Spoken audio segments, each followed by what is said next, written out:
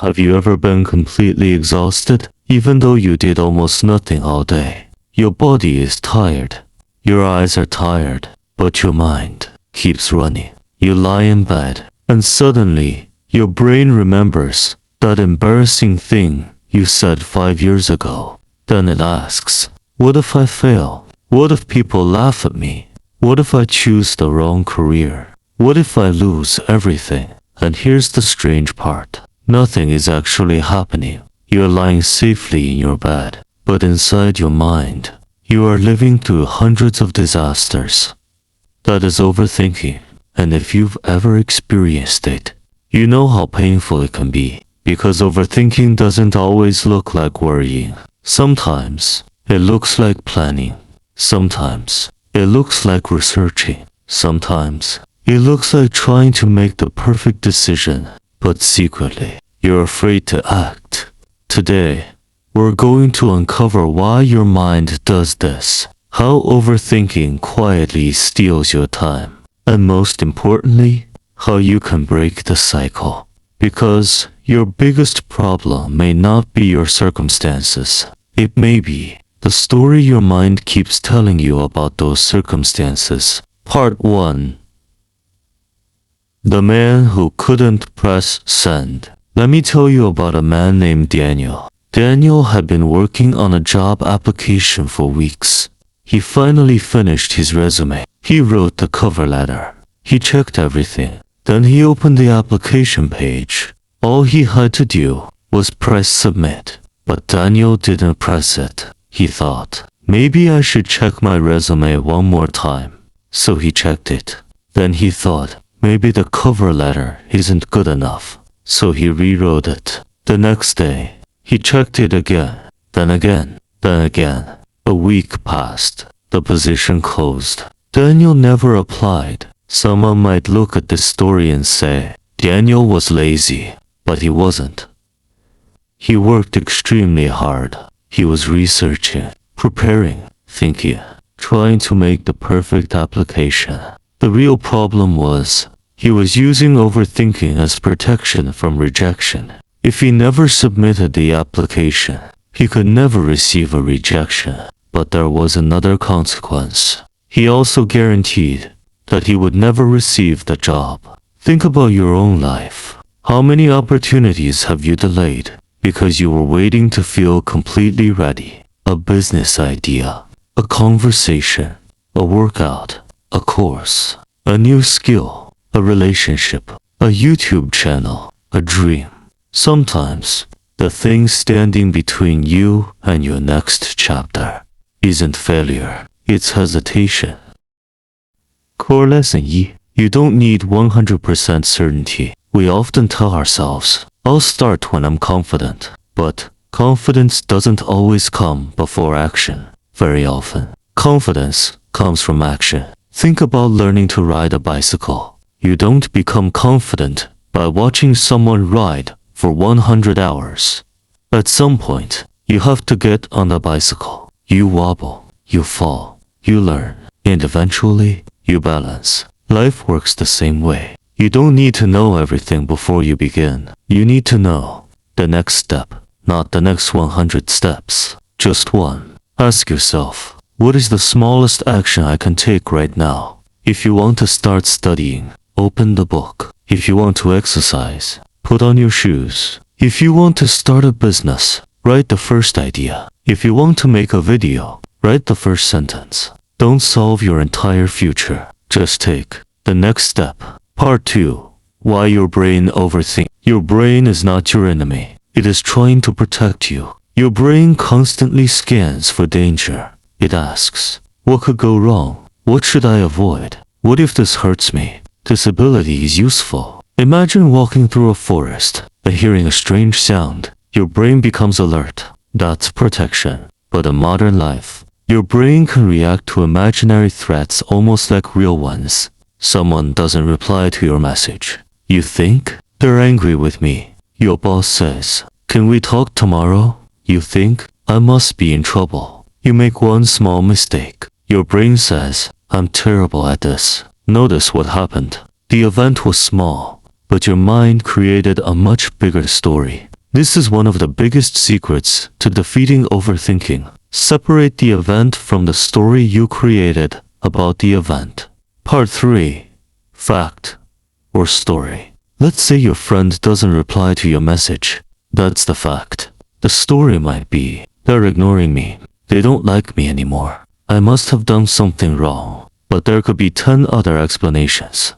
Maybe they're working. Maybe they're sleeping. Maybe their phone is dead. Maybe they're busy. Maybe they simply forgot. Your mind often takes incomplete information and creates a complete story. So, whenever you feel yourself overthinking, ask, what do I actually know? Then ask, what am I assuming? This simple distinction can save you hours of unnecessary anxiety. Part 4. The what if trap. Overthinking loves 2 words. What if? What if I fail? What if they reject me? What if I lose money? What if I embarrass myself? What if everything goes wrong? But here's the problem. There is no end to what if, because your imagination can create unlimited disasters. So instead of asking, what if everything goes wrong? Ask, if something goes wrong, what can I do? That's a completely different question. One creates fear. The other creates preparation. For example, what if I fail my exam? Instead ask, what can I do today to improve my chances? What if my business fails? Instead, how can I start small and reduce the risk? What if people criticize me? Instead, can I learn from useful criticism and ignore the rest? You're not pretending that problems don't exist. You're training your mind to look for solutions instead of endlessly imagining disasters. Part 5. The 10-minute worry method. Now let's turn this into a practical exercise. The next time something is bothering you, don't spend 3 hours thinking about it. Give yourself 10 minutes. Take a piece of paper. Write the problem at the top. Then write 3 questions. Question 1. What exactly am I worried about? Be specific. Not, my life is terrible. Instead, I'm worried that I won't perform well in tomorrow's exam. Question 2. Is it within my control? If yes, write down what you can control. If no, accept that you cannot control it. Question 3. What is one action I can take today? 1. Not 20. 1. Then take that action. This transforms vague fear into a specific problem, and specific problems are much easier to solve. Part 6. Real-life example. The student. Imagine a student named Ryan. Ryan has an important exam next week. Every evening, he worries. I haven't studied enough. Everyone else is smarter. What if I fail? He spends 2 hours worrying, but doesn't study. The next day, the same thing happens. More worry, more videos, more scrolling, more comparison, less studying. Now imagine Ryan changes one thing. Every time he catches himself worrying, he says, I don't need to solve the exam right now. I need to study the next 30 minutes. He puts his phone away, opens the textbook, sets a timer, and studies. After 30 minutes, he feels slightly better. Why? Because action has given his brain evidence. I'm doing something about this. This is important. Sometimes, the best way to reduce anxiety about a task is to start the task. Part 7. Overthinking and perfectionism. Another major cause of overthinking is perfectionism. You want the perfect decision, the perfect opportunity, the perfect plan, the perfect result. But perfectionism can become procrastination. You say, I need to learn more before I start. Then you learn more. I need better equipment. Then you buy better equipment. I need more confidence. Then you wait for confidence. And months later, you are still preparing. Remember, done is often better than perfect. Your first video won't be perfect. Your first business won't be perfect. Your first workout won't be perfect. Your first presentation won't be perfect. That's okay. Your first attempt isn't supposed to be your masterpiece. It's supposed to teach you how to make the second attempt better. Part 8. The power of small action. Imagine standing at the bottom of a huge mountain. If you stare at the top, you might feel overwhelmed. But if you look only at the next step, it becomes manageable. Life is the same. Don't ask, how will I become successful? Ask, what can I do today? Don't ask, how will I become fit? Ask, can I exercise for 20 minutes today? Don't ask, how will I become fluent in English? Ask, can I practice speaking for 15 minutes today? Small actions, repeated consistently, create massive changes. Part 9. Stop replaying the past. Overthinking doesn't only worry about the future. It also lives in the past. Why did I say that? Why didn't I do that? Why did I trust that person? Why did I make that mistake? Reflection is useful, but replaying the same memory without learning anything new isn't reflection. It's mental repetition. Ask yourself, what can this mistake teach me? Take the lesson, then release the event. You cannot edit yesterday, but you can use yesterday to improve today. Your past can be a teacher. It doesn't have to be a prison. Part 10. Stop predicting other people's opinions. Here's another form of overthinking. What will people think?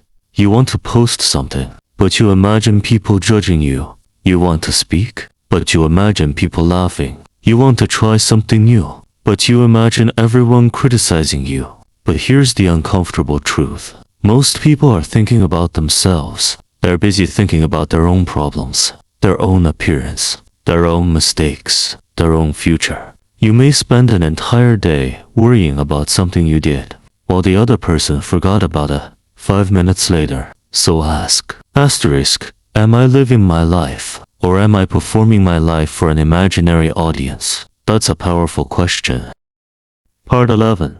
The Nighttime Overthinking Trap. It's midnight. You're tired, and suddenly, you want to solve your entire life. Don't.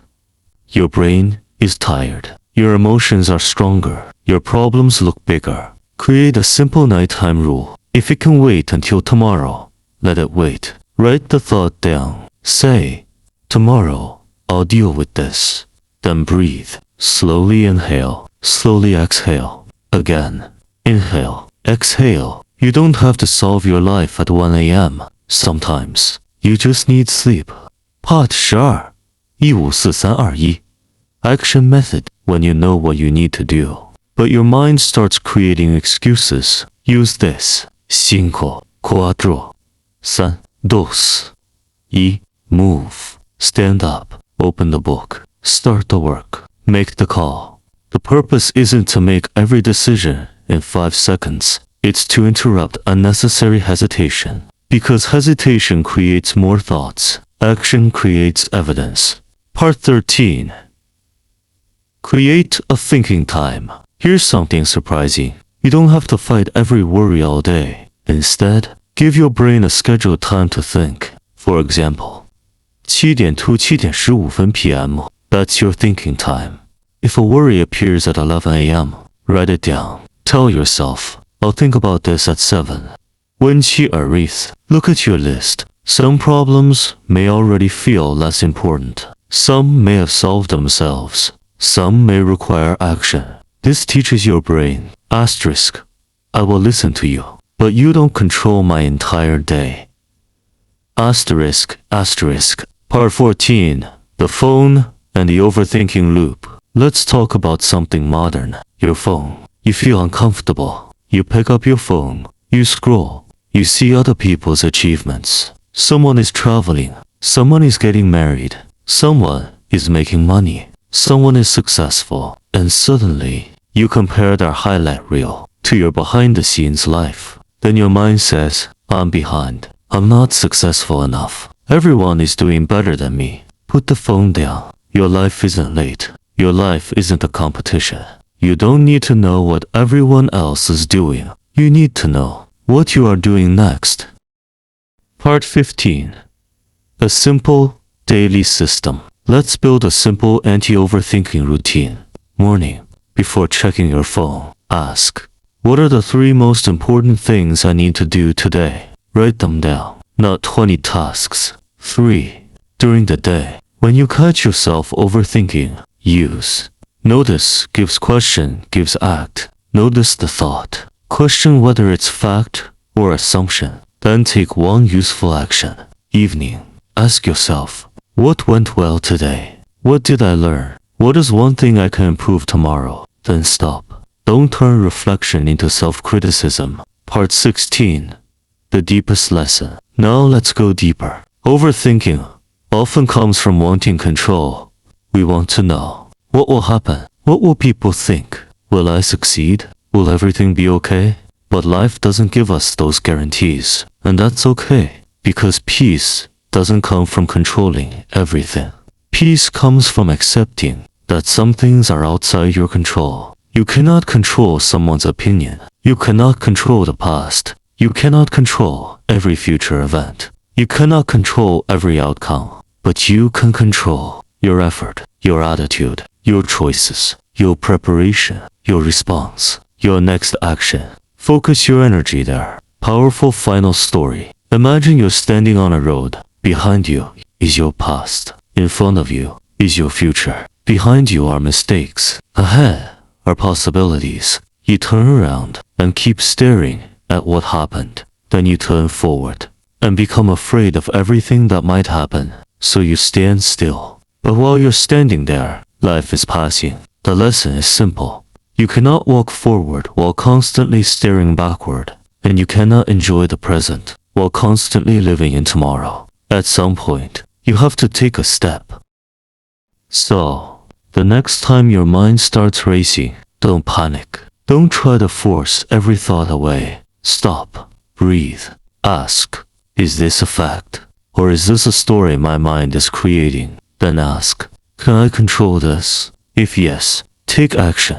If no, practice acceptance. And finally ask, what is the next small step? Then take it. You don't need to fix your whole life today. You don't need to know exactly where you'll be 5 years from now. You don't need everyone's approval. You don't need perfect confidence. You need the courage to take the next step. Remember, a thought is not a fact. A fear is not a prediction.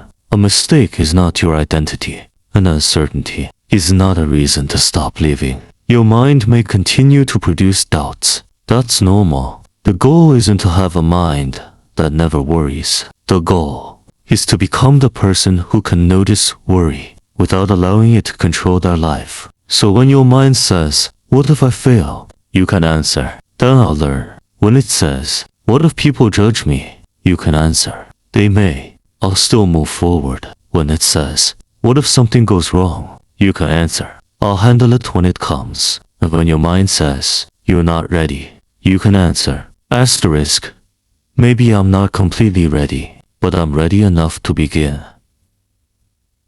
Asterisk, asterisk, because your life is not waiting for you to become fearless. Your life is waiting for you to stop letting fear make every decision. So breathe, let the thought pass. Look at what is actually in front of you and take one small step, then another and another, until one day you look back and realize you didn't need to think your way into a better life. You needed to live your way into one. Stop overthinking. Start acting. Start learning. Start living. Your mind may never become completely quiet, and that's okay. You don't need a silent mind. You need a mind that you can lead. Asterisk.